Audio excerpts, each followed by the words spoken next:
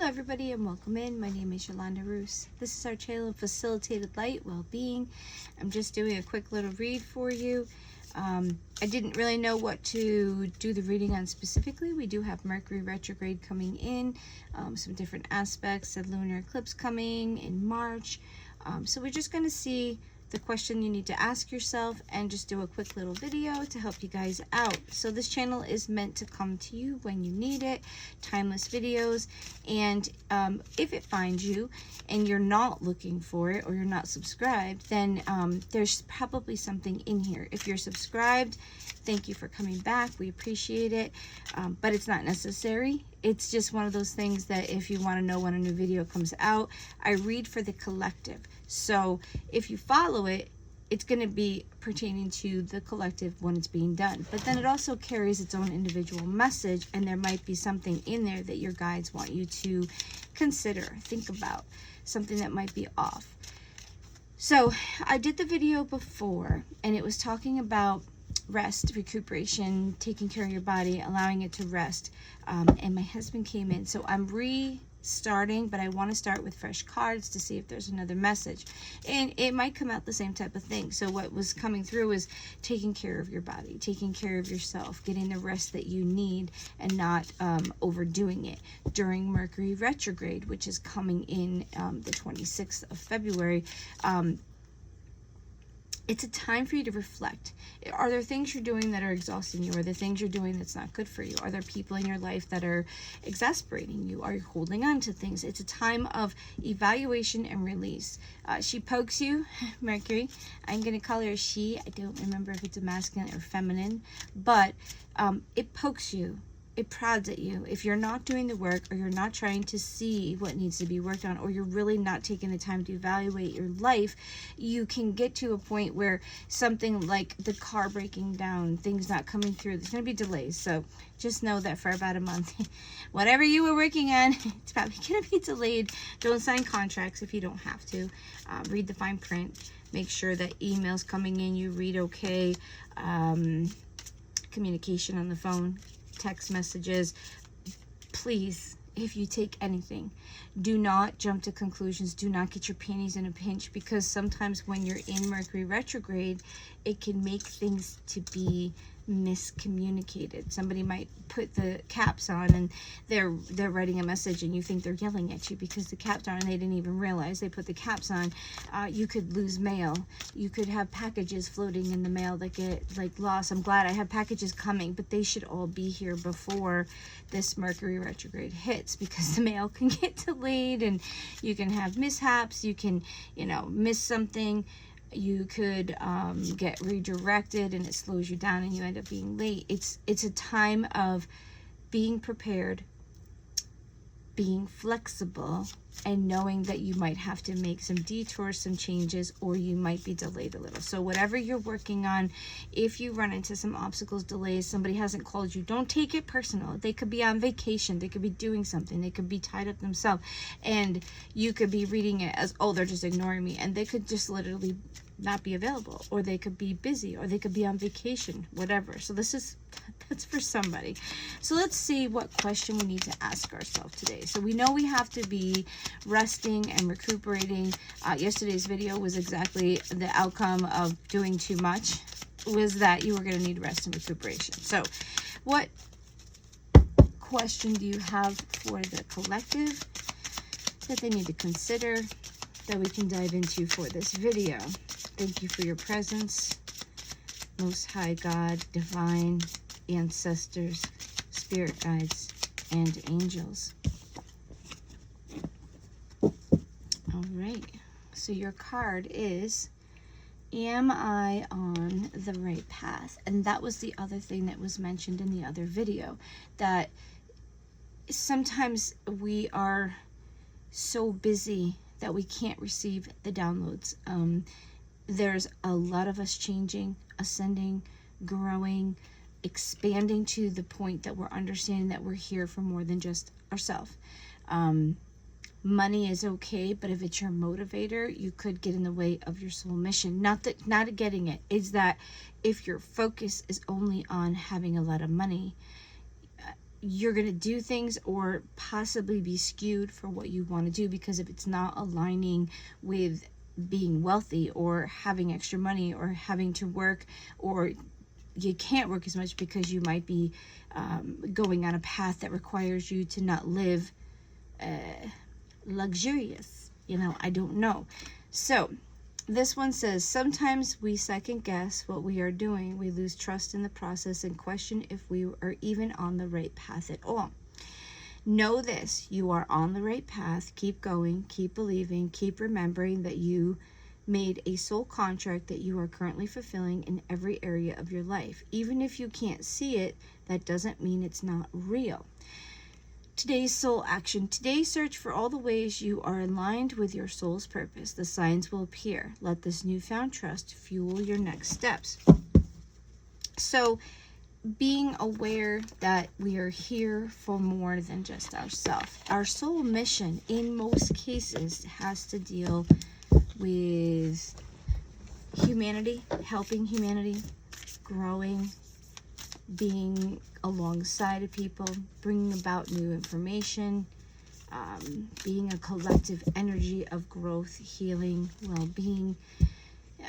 It's many things. This lifetime, I feel like I am here. I'm a healer. I read cards, but I read with intention to heal. I've been a healer my whole life. I'm an empath. So although I really like people in an essence, too many people is a little overstimulating for me. Like, I don't mind. I used to waitress and I worked in some busy places, but the problem was it was busy. I shouldn't say the problem. The good thing was when I was working, the reason I stayed with it as long as I did is because I think when I was waitressing, I was distracting my mind from the multitudes of people because I was focusing just on my customers, and then I was busy. So I wasn't looking at all of it. I mean, I was aware, but I think it was one of those things that it kept me busy. I wasn't, because when I used to go shopping, I'll share. I used to think, oh yeah, I'm a social person. I like to go out and see people. Do you know when I went shopping in the middle of a snowstorm on a Monday night when nobody was there? And as I started seeing certain things, and if I don't sleep, sleep deprivation gives me kind of like an anxiety amplified of going into places, and it'll give me fog. So I have to make sure I sleep. So that was one of the things that came up from the video before, is sleep. But if I get sleep deprivation, like I could pull into 5 parking lots and be like, yeah, no, I don't really need to do that. And I didn't realize I was doing it. So as you're going through your life, I think the reason this was coming up is that we need to watch our actions, how we respond, and instead of shrugging it off and just like, why? Why are we doing something? Why are we avoiding something? Why are we doing something that we know is probably not good for us? Is there something that's deeper that's leading us to something we're doing? And I found that if I got my sleep, I have anxiety that is triggered by not sleeping. I don't have anxiety like dealing with people and talking to people because I'm a very social person. I can talk to anybody, really. But to be in crowds of people or to want to go into stores and get out of the car where I was comfortable, I was safe, I was grounded, I was peaceful, and I wasn't moving because I worked a lot when I was younger too. There might be some things that you will pick up on. I found all of my food and allergies that I have sensitivities to by paying attention, by realizing, like, why do I always feel like this? And then I started correlating, oh, whenever I eat this is what happens. Like, you have to be aware instead of just saying, oh, I got indigestion, I'm going to pop a tongue in my mouth. Okay, you can do that if you want to, but you're never going to get to the root of the problem. If you do something and you keep telling yourself, why do I keep doing that? Try to sit in silence and figure out, why do I do that? Knowing that I shouldn't do it. Why am I giving myself, when I get upset, I'm sharing so you can understand I'm not pointing fingers. When I get upset or I get like depressed or I get lonely or whatever, if I'm having just a moment where I feel closed in, I want to shop. I want to look. Like when I don't know what to do or I'm bored or I get a little antsy, I pull up my phone and I look But then sometimes I have to be careful because I want to buy. Because then I'm like, ooh, that's pretty. Ooh, I want to buy that. And when I was not, I did it as a coping or comfort mechanism. If I was upset or if I was having a day, I'd be like, oh, I'm going to go to the store. I used to love the dollar store because I could go spend a couple bucks and it wasn't breaking the bank and I was buying something. I was consuming something, finding something cool. So you get the idea. Sometimes we eat certain foods and they give us gas or they make us sick. I found my allergy for my gluten because I was paying attention because I was going on a diet to try to help inflammation in my joints and stuff. And I found that instead. So story short, pay attention to the things you're doing, especially if it's something that's causing you pain, causing you to not be able to interact with society, causing you to make mistakes or spend too much money, or what leads you into drinking. If your friends lead you into drinking, say that's your problem, you need to not hang with those friends, and that's part of what they teach. Say when you when you're bored, instead of doing something productive, you shove food in your face, and then you have a weight problem. And it's not a picking thing. I am a bored eater. Like, I don't really eat a lot, but when I'm bored, I pick up things and eat them. I pick things up and put them down, you know. It's a silly thing. But like, I see it in my own life. So maybe there are things that you are doing and then they've become conditioned and habits. You know, if you had a scarcity of food when you're younger, you might hoard food. You might not want to share your food. And when you hoard, you cut the manifestation of more coming in, or you limit yourself. It's kind of like when you're in lack mentality, it means that you're always worrying about not having enough. You cause yourself to always stay in that place because what you're thinking on is lack. You're not thinking on adding or being okay or pulling in money. You're always thinking about not having enough. I gotta make sure I have enough. I don't want to not have enough. I don't want to have enough. And then you almost are pulling it in. So find out what your mind is thinking. Find out what you know, how you're responding to things. Are you responding out of, maybe your mom or dad always responded a certain way. When I used to get upset, I would be like, I'm leaving. I'm out of here. Or my first thought was, I'll just leave and I don't need to stay here. And because my mom, when she'd get upset, she would say, I'm out of here. And she slammed it. She couldn't cope with it. So she would leave. So as a kid, not that she did it to me intentionally, you know, but I saw it. You know, if you say bad words when you get upset, you know what your kids are going to say when they get upset? Bad words. So evaluate, even if you've been influenced by something. If you've been in a certain crowd and they say curse words a lot, you're going to say curse words. So know that the things that surround you could be the key to the things that you want to try to fix or grow or make better. Okay? Rant over. And like I said, when I read the cards and I say what's coming to me, because there's usually a message or something that when somebody's listening, they're like, oh yeah, yeah, she's right. I have the same thing. Or they're like, well, I don't think I do that. And then later on, they're like, you know, and this is what will happen. You will say, oh, I don't know why that person's acting like that, or why are they doing that? And if you really are trying to be on a growth path, the same thing's going to happen to you. You're going to respond, and somebody might say something back to you, and you're like, oh my gosh, do I do that too? And you're going to be having an epiphany. I've had it before, especially as you grow older. You'll see like, oh, was I like that when I was younger? Like, this girl is acting weird, or she's saying things, or wow, she doesn't really know a lot. Like, I always would say, like, oh, was I like that when I was younger? Because we're all learning. You know, you don't beat yourself up, but you're like, oh, okay, maybe that's where that came from. And you start understanding things in your life. You start understanding patterns. If you ever want to break a habit, so this is for somebody else, because this just came in, you have to do it consistently.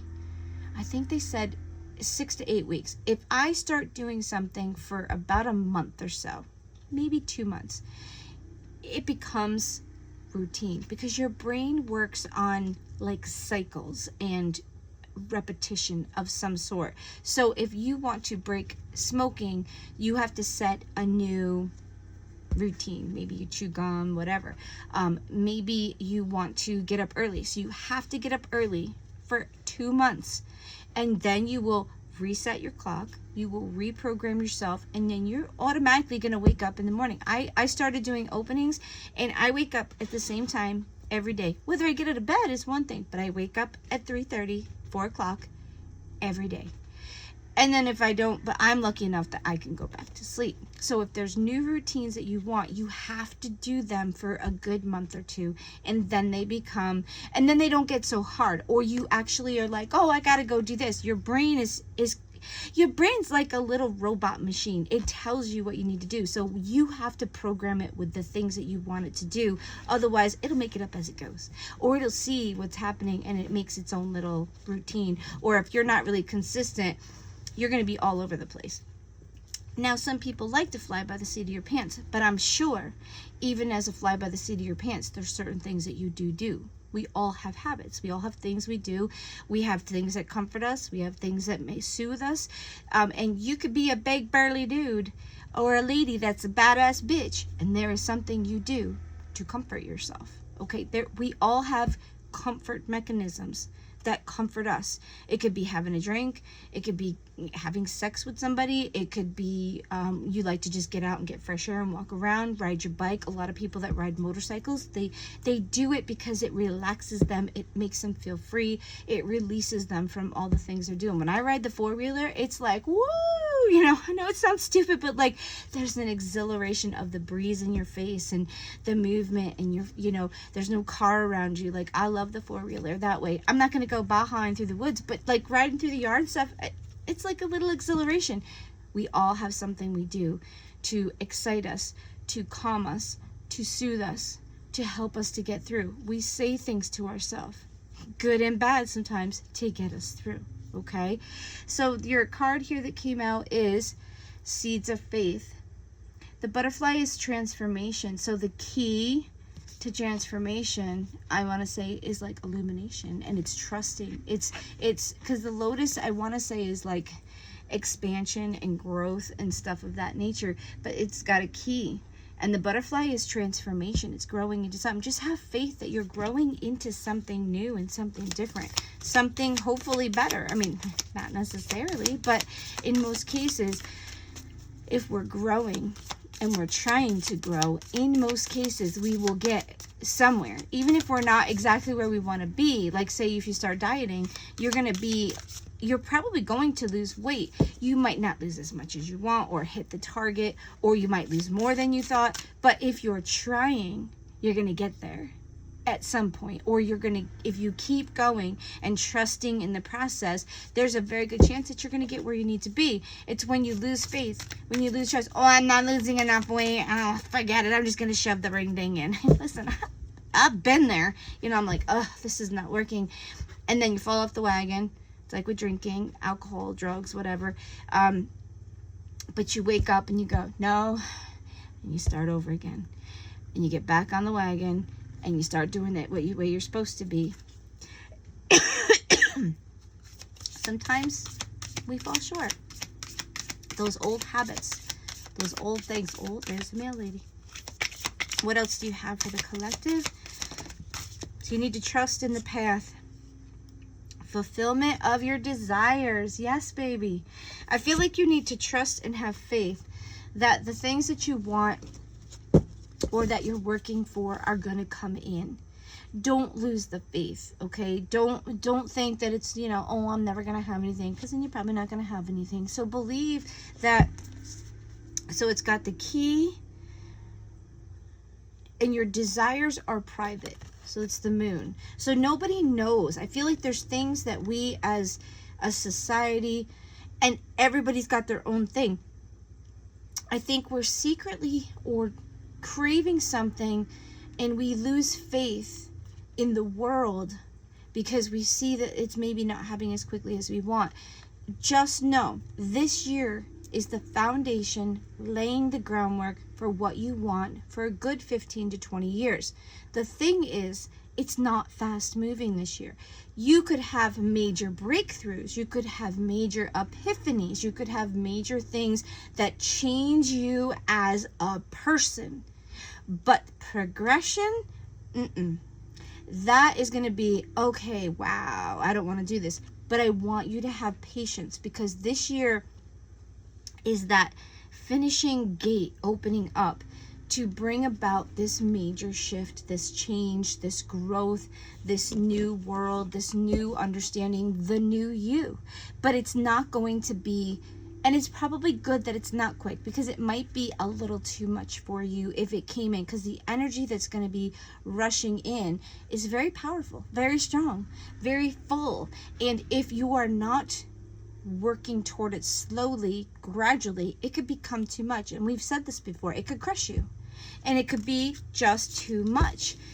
Bottom of the deck, we've got divine consciousness. Yeah, so we're all connected to each other. We're all growing toward this better place, this better, it's not a paradigm. We're going to a new frequency, a new energy. So let's see.